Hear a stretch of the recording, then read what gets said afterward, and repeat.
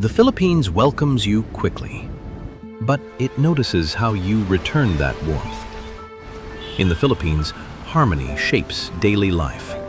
Care is shown through patience. Discomfort is softened with kindness. Boundaries are often held quietly. This creates a culture that feels open, sometimes effortlessly so. But when warmth leads the way, it creates a quiet space for a deeper connection. It doesn't ask for much, just your awareness. Because when kindness is given so freely, it's up to others to notice how it's being held and to respect the harmony. We unpack the unspoken rules behind the world's most fascinating cultures, what to expect, why it exists, and how to navigate it with respect. A MASX World Original. Foreign fine print, because every culture has fine print. Philippines, the warmth that watches back. The Philippines gives you its warmth before you even ask. But what stays with it is how you treat that gift. Clause 1. The smile that stays. Warmth isn't permission. In the Philippines, warmth comes easily. Smiles arrive first. Help is offered quickly. Yes is rarely said clearly, and no is rarely said at all. You may receive more help than you expected, more agreement than you intended, and correction only after something quietly goes wrong. Nothing feels hostile, nothing feels refused, but something important is happening underneath. Filipino culture is built on harmony. People are taught to keep the peace, to avoid embarrassment, and to protect dignity, yours and theirs. Saying no can feel harsh. Confrontation can feel like failure. So boundaries are held gently, with patience, politeness, and restraint. This isn't weakness, it's emotional effort. And when warmth is mistaken for permission, that effort grows heavier. Discomfort isn't expressed, it's absorbed. And when no one says no, responsibility quietly shifts to you. Notice how often help is offered and how rarely limits are said. Ask once. Pause before asking again. Pay attention to the tone, not just words. Respect here isn't forced, it's expected. Your response affects everyone around you. Clause 2. Filipino Time. The flexible clock. In the Philippines, time doesn't always follow the schedule. A ride may arrive later than expected. A reservation might take longer. A full day can quietly change its shape. Traffic builds quickly. Rain arrives without warning. Plans bend as things happen. This way of moving through time is often called Filipino time. Time here doesn't stay fixed. It adjusts. Life here is shaped by things people can't control. Weather changes fast. Roads fill quickly. People stop for each other. Schedules matter, but people matter more. Arriving together matters more than arriving exactly on time. This isn't about laziness. It's about staying flexible in a place where plans often need to change. Plan with extra time. Think in time ranges, not exact minutes. Leave space in your schedule. Communicate calmly when plans change. Here, patience isn't doing nothing. It's moving with what's happening. When you adjust to the rhythm, the day moves more easily with you. Clause 3. Fiesta and Videoke, the open invitation. In the Philippines, invitations come easily. To eat, to sing, to join something you didn't plan. Food may be offered more than once. A microphone may be handed to you suddenly. You can find yourself inside a celebration that feels personal very quickly. These invitations are real. They're not politeness, they're connection. At first, this can feel confusing. Is it kindness or is something expected in return? In Filipino culture, sharing food and celebration is not a transaction. It's a responsibility. If someone has food, they offer it. If there's music, they share it. Leaving someone out can feel worse than inviting them in. Hospitality isn't calculated. It's about relationship. The reward isn't money. It's connection. And community is built through participation. Showing up matters more than performing well. Presence matters more than perfection. If you're invited, say yes, even briefly.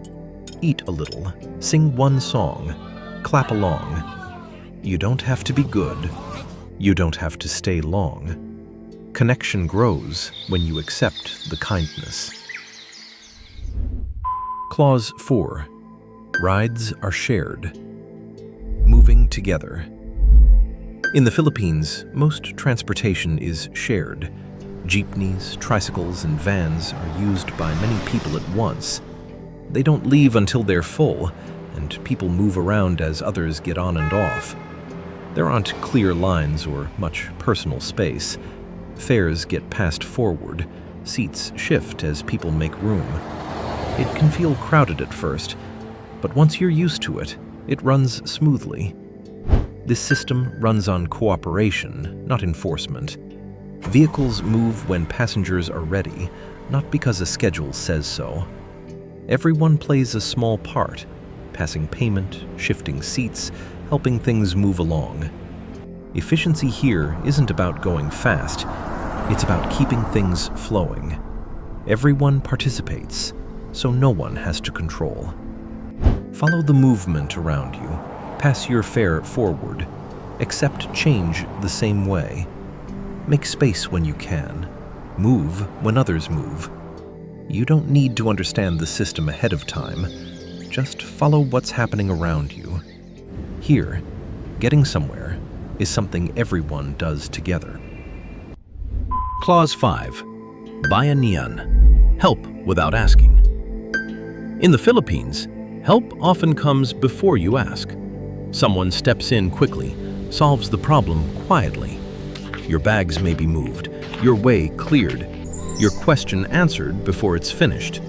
It can feel sudden, sometimes overwhelming, but it comes from care.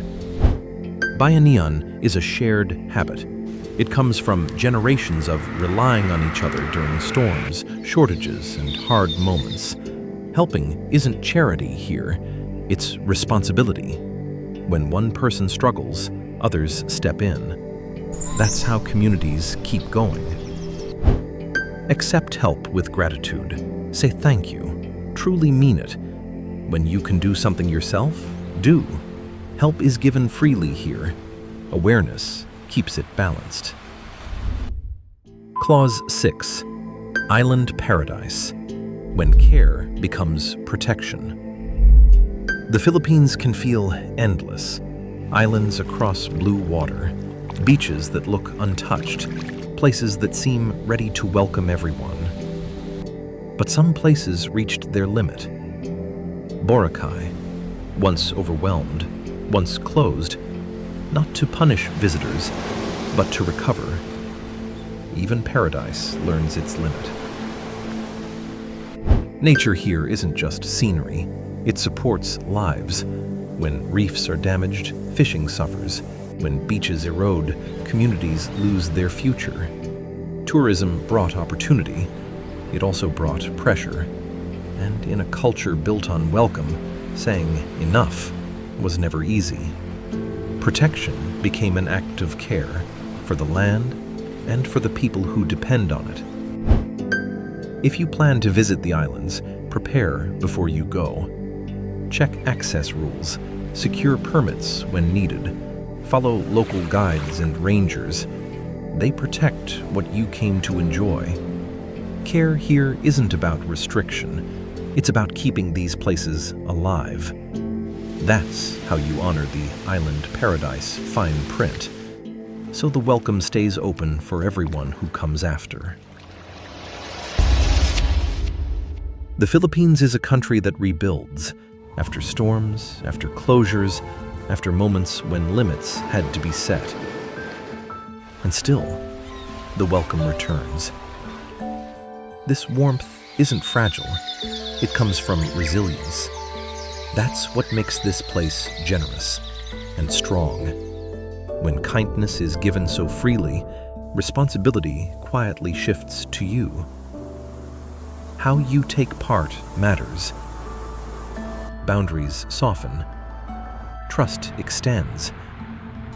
Kindness feels shared. Not because you demanded it, but because you respected it. The fine print here isn't written in signs or rules.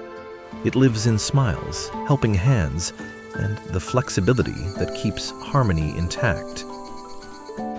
When you choose to read the fine print, you stop being a guest who is simply served and become part of the harmony people work to protect.